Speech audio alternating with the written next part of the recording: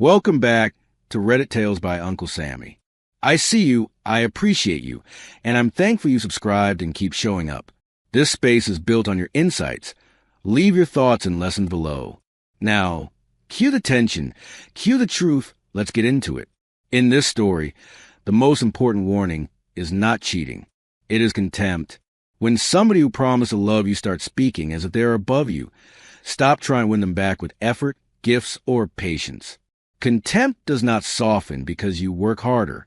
It usually grows in the dark, and by the time it speaks out loud, it has already been living in the room for a long time. If you have ever watched someone hide disrespect behind calm words, this story is going to stay with you. Before we get into it, like this video, subscribe, and share it with someone who knows what quiet betrayal looks like, because this one starts with a sentence no husband ever forgets. On our 12th anniversary, my wife set her fork down beside a plate of blackened catfish and told me, in the calmest voice I'd ever heard from her, "I have been disgusted by you since our first night." A trumpet player in the corner of that Bronzeville restaurant was halfway through an old standard. Glasses clinked. Somebody laughed near the bar. I looked at Camille, really looked at her, and for the first time in years, everything lined up. The way she leaned away in bed, the way she corrected me in front of the waiters, the way every good thing I did somehow came back bent. I smiled before I said a single word. It was not a happy smile. It was the kind that comes when a locked door finally swings open and you realize the room behind has been empty the whole time. Camille mistook it for weakness. She always mistook my quiet for surrender. She dabbed the corner of her mouth with a linen napkin and glanced toward the window, where sleet was dragging itself sideways under the streetlights. "You do that," she said. "You smile when something is wrong, like that fixes it." I reached for my water, took one sip, and said, "No, that smile means I finally believe you." We had been seated near the back, beneath a framed photograph of a jazz quartet from the 70s. The owner knew us well enough to send over bread, putting on anniversaries. 12 years. Enough time to build habits that looked like love from across the room. Camille wore a dark green dress with a square neckline and little gold hoops. Her nails were the color of plum skin. She looked polished, expensive, and deliberate.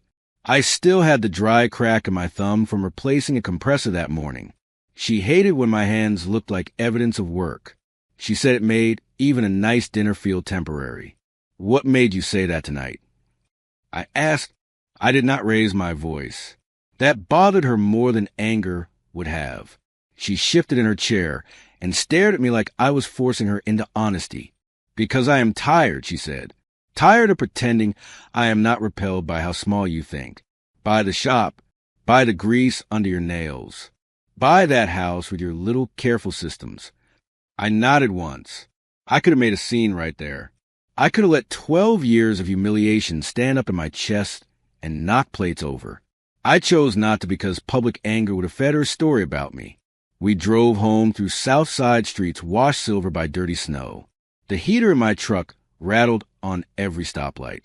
Camille kept checking her phone with the screen tilted away from me, a habit so old I used to pretend I did not notice it. We passed the corner store, where the red open sign always blinked one letter out. We passed a church where my mother had sung alto until arthritis curled her fingers. We passed a bus shelter with 3 teenagers huddled inside in puffy coats. I did not speak. Camille finally said, "You are being dramatic." I kept my eyes on Cottage Grove and answered, "No, I am being done." Our house sat on a quiet block in Chatham, a brick bungalow with a narrow porch and a creaking side gate. I bought it 2 years before I met Camille. She used to call it solid. Later, she called it cramped. I kept screws, washers, and odd little parts in peppermint tins on shelves in the basement. I labeled leftovers with masking tape and dates. I folded bills into a tray by the door. Camille said my systems made the house feel like an office. What she never understood was that I grew up with things disappearing. Money, electricity.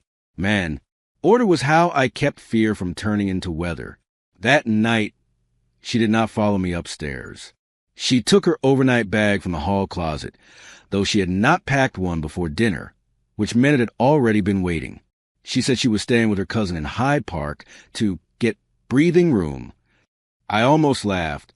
The breathing room had a car charger, a silk scarf, and a second pair of heels in it. She rolled the suitcase across hardwood like she had rehearsed the sound. At the door, she paused, maybe expecting me to beg, maybe wanting the satisfaction of refusal. I leaned against the banister and said, "Take what is yours. Leave what is mine." She left without answering. The next morning, I opened Tate Appliance Repair at 7:30 sharp. Same as always. The cold had turned the lock stubborn, and my breath hung in front of me while I worked the key. My shop sat between a barber shop and a tax service office with fading posters in the window.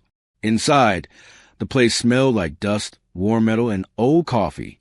I had 3 jobs on the board: a church freezer in Auburn Gresham, a washer on 79th, and a radio restoration for a retired music teacher who refused to throw anything away.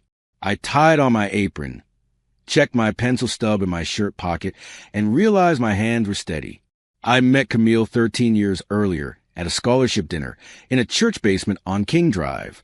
I had donated labor to repair the church refrigerator after it quit the week before the event. She was helping the planning committee because her aunt chaired it, and she stood out immediately, not just because she was beautiful, though she was.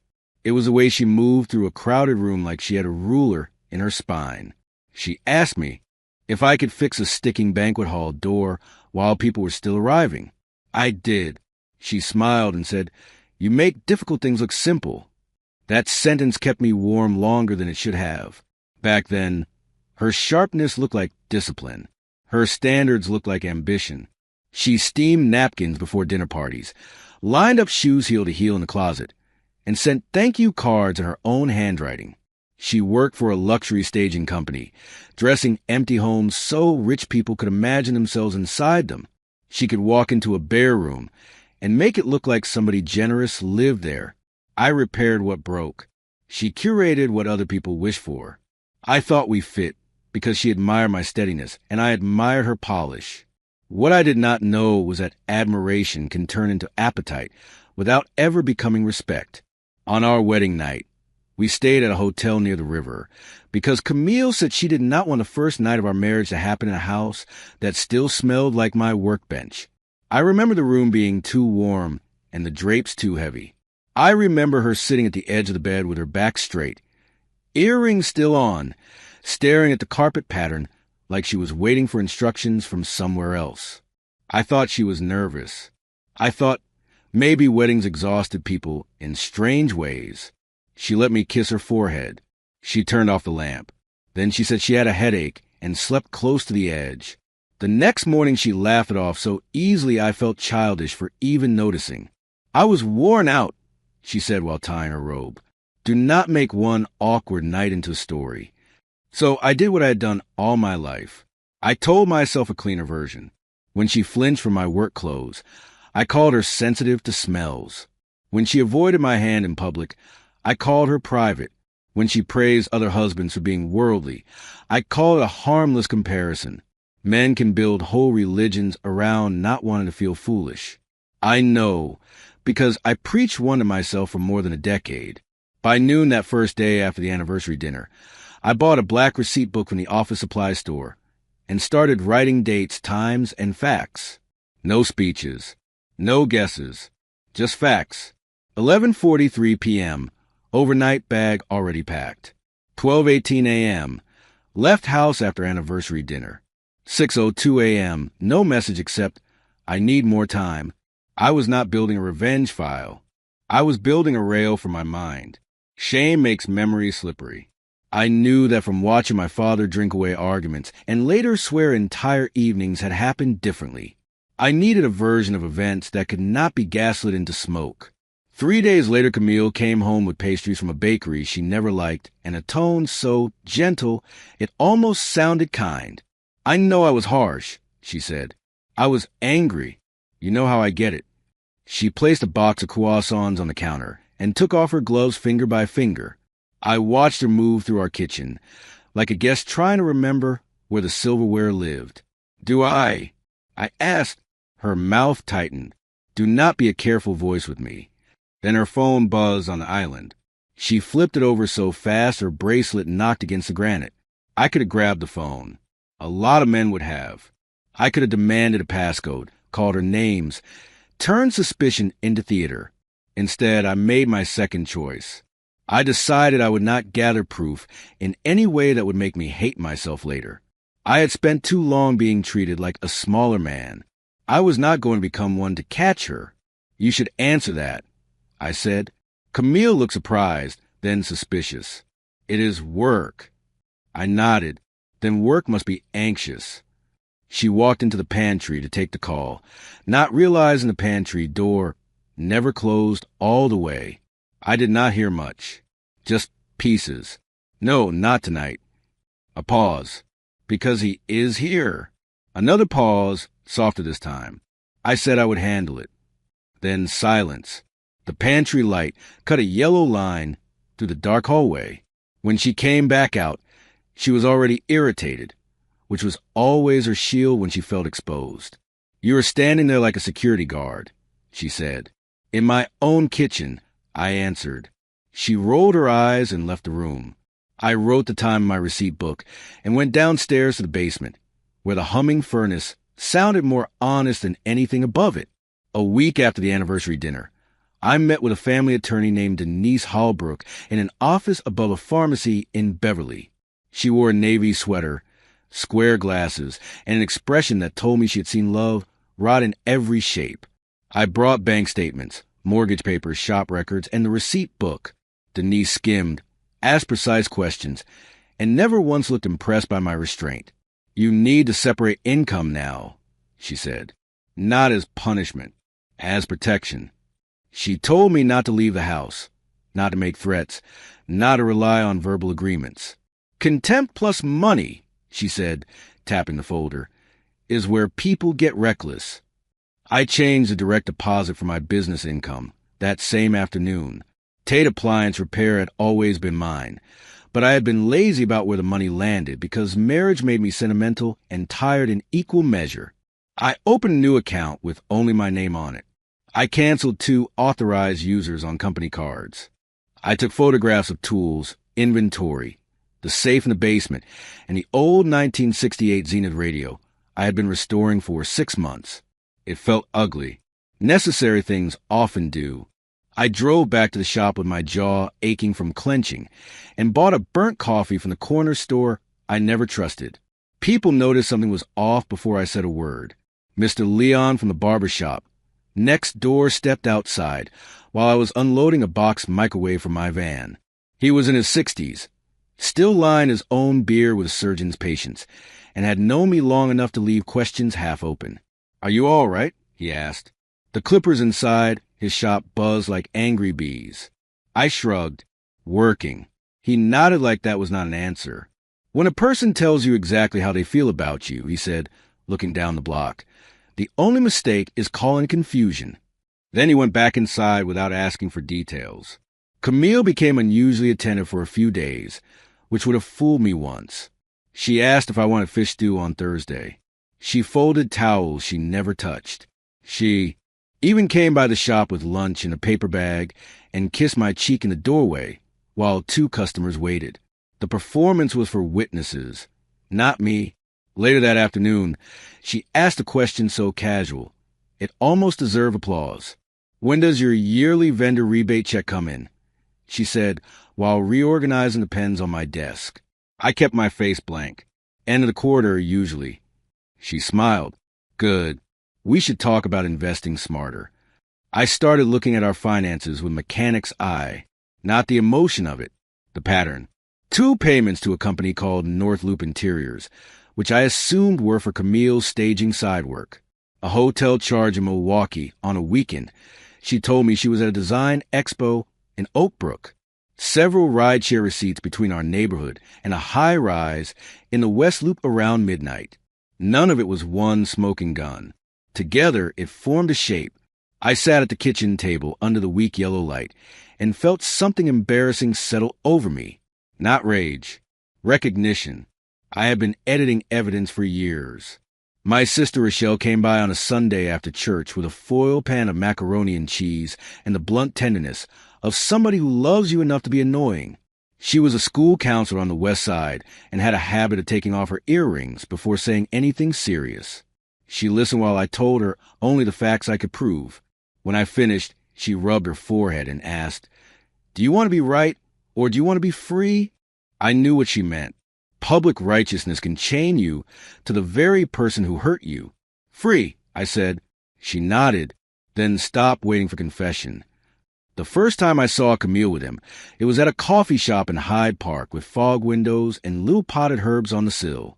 I had finished a service call on a broken dishwasher near the university and stopped in for tea because the cold was scraping my teeth. Camille sat at the back with a man in a camel coat. He was dark-skinned, clean-shaven, broad through the shoulders, the kind of man who smiled with his whole face because he expected rooms to receive him well. His hand was not on hers. Exactly. It rested a breath away, close enough to promise memory. She was leaning toward him. I did not storm over. That was the third choice. Every nerve in me wanted the drama of certainty, wanted to ask, right there between the pastry case and the sugar station, whether contempt had a first and last name now. Instead, I stood with my cup cooling in my hand and watched the expression I had been begging for at home appear on Camille's face without effort. She looked loose, lit from inside. "I'm interested." I had not seen her look that way with me in years. I stepped back before she noticed me, went outside into the wind off the lake, and wrote the time down in the receipt book. A week later, I learned his name by accident and designed in equal parts. Camille left her tablet on the living room sofa while she was in the shower. It was our household tablet, the one we use for grocery orders and streaming old movies, synced to the family email, because she had set up that way 2 Christmases before. A calendar notification slid across the screen. Lunch with Preston, 1:30, Green Street. Another followed. Confirmed condo walkthrough. I stood there looking at the bright white letters while water ran through pipes upstairs. I did not touch the device beyond what appeared in plain sight. I did not have to. Preston Wells was a commercial real estate broker with polished headshots all over his company website and a habit of being photographed in expensive sneakers. He had a wife, according to the article I found, and twin boys in matching blazers in one family image from a charity gala. I stared at those pictures longer than I should have. Something about the symmetry of other people's lives can make your own feel less personal and more cruel. Camille was not sneaking off with a lonely stranger. She had selected a man who already lived in compartments. That told me this was not confusion. It was an arrangement.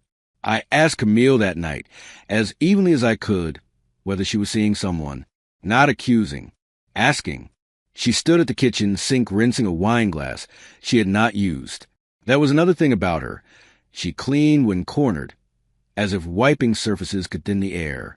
"No," she said without turning around. "I am seeing the result of being married to a man who cannot imagine a world larger than his block." I looked at the back of her neck, at the little gold chain resting there, and felt a strange calm. That is not an answer. She set the glass down harder than necessary, then asked a better question. There are moments in marriage when the biggest pain is not what the other person did. It is a sudden inventory of how many times you protected them from the truth about themselves. Camille had always spoken with a cut in her tone when she wanted to feel superior. I used to call it stress. When she mocked the men at my shop as lifers, I called it frustration. When she told me she hated the smell of my jackets and asked me to undress in the laundry room after work, I told myself she just liked cleanliness. But disgust does not arrive all at once. It leaves fingerprints years before it says its own name.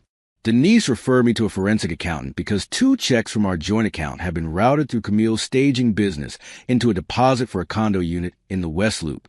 Not our condo. A condo. The accountant, a neat young man named Warren, sat across from me with spreadsheets and said, "This looks like an asset transfer in anticipation of separation." That sentence took a second to land. I had been thinking in emotional terms. Affair, humiliation, rejection. Camille had apparently been thinking in square footage and future keys. She was not just leaving me in theory. She was building her next life with money that passed through my hands first. I cried in my van outside a tire shop on 71st Street after that meeting. Not loud, not dramatic, just the kind of crying that feels like your body is wringing out a cloth nobody else knows is soaked. A city bus hissed to a stop across from me. Somebody somewhere was grilling onions, and the smell came through the vents. My father used to say a man knows he is in real pain when ordinary smells start sounding like memories. I cried because I had mistaken endurance for intimacy. I cried because I had loved Camille in practical verbs. Paid, fixed, drove, stayed. None of them had made her kinder. When I got home that evening, the vanity table I built for Camille 10 years earlier was half cleared out. It was walnut handmade, with a hidden velvet-lined drawer behind the mirror for jewelry she did not trust leaving in plain sight. I built it after she once mentioned, in passing, that her grandmother had owned a dressing table with curved legs and a perfume tray. It took me 3 weekends and a small burn on my wrist from rushing the stain. For years, she used it mostly as a place to stack unopened mail. Now half the drawers were empty. The hidden compartment had been cleaned out completely. That hurt in a stupidly specific way. I asked her about the condo 2 nights later. I did not bluff.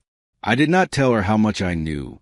I simply said, "Are you making a property move without me?" She went still in the middle of taking earrings off. "Why would you ask that?" Her face was blank, but her fingers moved too fast. "Because money left our accounts for something that does not belong to this household." She turned, crossed her arms, and leaned against the dresser. "You act like everything I touch is criminal." I almost laughed because that sentence belonged to guilt, not innocence. "Who is Preston Wells?" I asked. That is when her eyes changed. She did not answer the question. She attacked the questioner. "You have been spying on me," she said, voice rising. "You, of all people, want to talk about betrayal?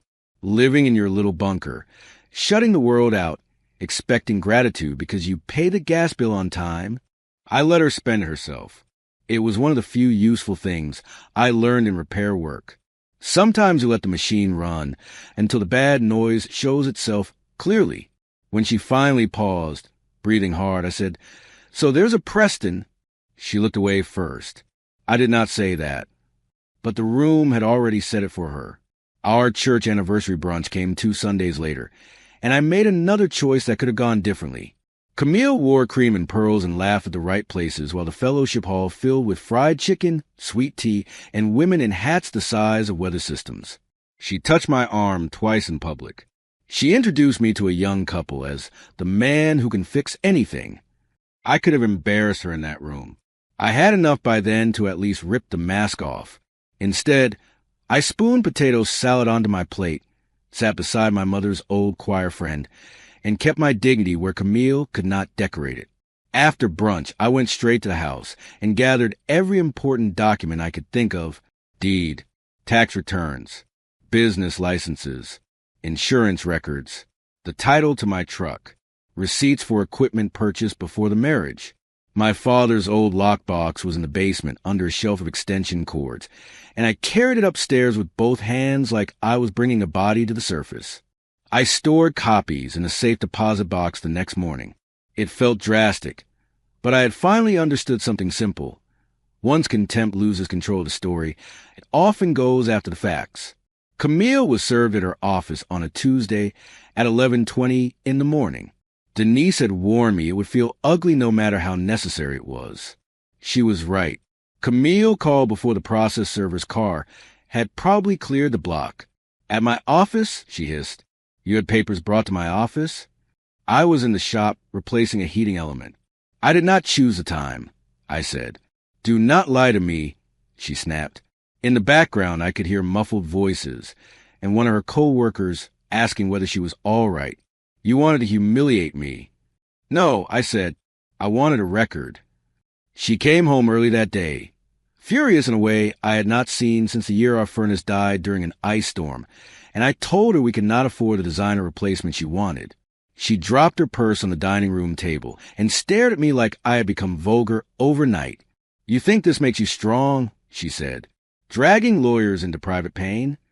I shut my toolbox and looked at her. This stopped being private when you started planning another address with shared money. Her lips parted. There was again that quick surprise when my quiet arrived, carrying information instead of apology. Then she told the truth in pieces, which is the ugliest way truth usually comes. Preston had been around off and on for almost 2 years. Off and on meant whenever she felt seen, which was apparently whenever a man with sharp coat and a larger vocabulary for luxury said her instincts were expensive. The condo was not what I think. They were considering opportunities. The anniversary dinner outburst, she claimed, was because she was tired of being the villain in a life that had bored her from the beginning. You are good on paper, she said. You are exhausted in real life. I laughed then once, because the cruelty was almost childish. So when you said you were disgusted since our first night, I asked, what did that mean? Camille looked toward the window, as if the weather might rescue her from precision. It meant I knew too early that I had married safely instead of desire, she said quietly. You were kind. You were decent. And I hated how relieved everybody was that I chose you, like I had finally made the responsible decision. I stood very still. That is not disgusting to me, I said. That is resentment at your own choice. She folded her arms tighter. Maybe, but I still had to live with it. No, I said. You chose to. She moved out the following week to a furnished apartment in the West Loop for space, though by then both of us knew whose space it was near. Watching her take boxes from our bedroom was like seeing a stage set dismantled after the audience leaves. She took the ivory lamp she said made her look better in the mirror. She took framed prints I never liked. She left the vanity table, which felt less like mercy and more like an insult. On the kitchen counter, she forgot a grocery list written in her neat script. Lemons, sparkling water, stain remover, batteries. Ordinary handwriting is cruel after extraordinary betrayal. The consequences did not fall out of the sky in one dramatic afternoon. They came by schedule. First, her business partner stopped returning calls after Denise subpoenaed. Financial records connected to Camille's staging account. Then the condo deal stalled once the source of funds was questioned. Then Preston's wife, Monique, called me from a number I did not know and said only, I am sorry you are in this too. Her voice was composed in the frightening way of someone who has already cried somewhere private. We talked for 12 minutes. No revenge plotting. No alliance.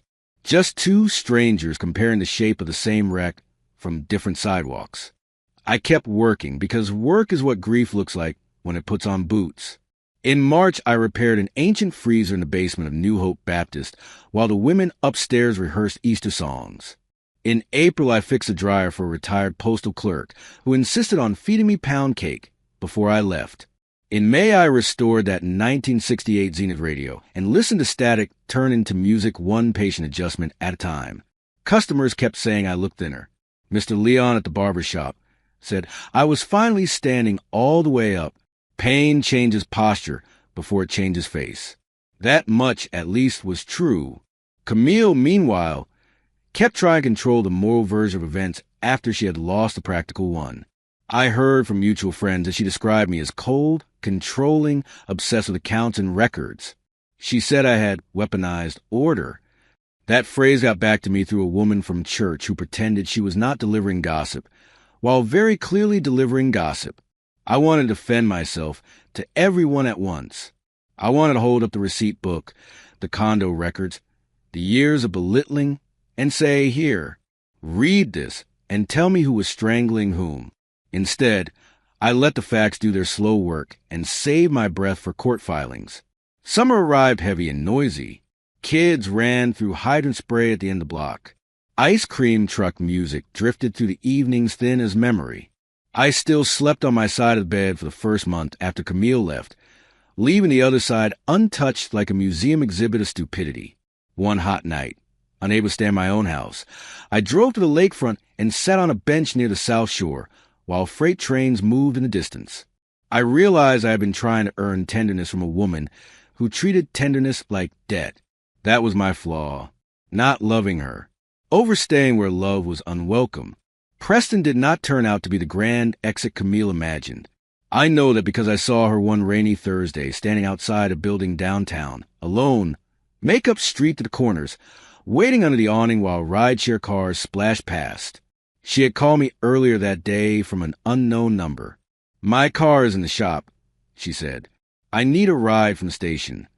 I could have said yes out of habit. I almost did. Then I remembered the anniversary table, the condo deposit, the pantry phone call, the years I spent translating contempt into stress. "I will send you money for a cab," I said. "I am not your pickup anymore." The divorce took 11 months from filing to final signatures. 11 months of disclosures, meetings, careful statements, and the strange intimacy of dividing a life into categories. Furniture, jewelry, retirement, debt. The house remained mine because I bought it before the marriage and the records were clear, though I had to offset other things fairly. Denise earned every dollar I paid her. Camille and I sat across from each other in mediation rooms with fake plants and stale coffee and learned how small even a long marriage looks once lawyers put it into numbered lines. I hated that process. I was grateful for it too. The only time Camille cried in front of me was during mediation in November, almost a year after the anniversary dinner. The issue was not romance.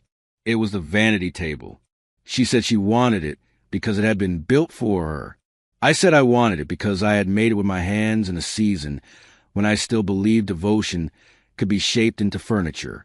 The mediator looked exhausted. Camille pressed a tissue to her nose and said, "You are always sentimental about objects." For once I did not soften. "No," I said, "I am accurate about labor." I kept the table. It remains one of the few decisions from that year that feels clean. A month after the divorce was finalized, I ran into Camille at a diner near 87th after an early supply run. It was one of those narrow places with cracked vinyl booths, weak coffee, and a waitress who called every man baby whether she liked him or not. Camille looked thinner, sharper around the eyes, elegant in a brittle way. She asked if she could sit. I said yes because the legal war was over and curiosity is its own bad habit.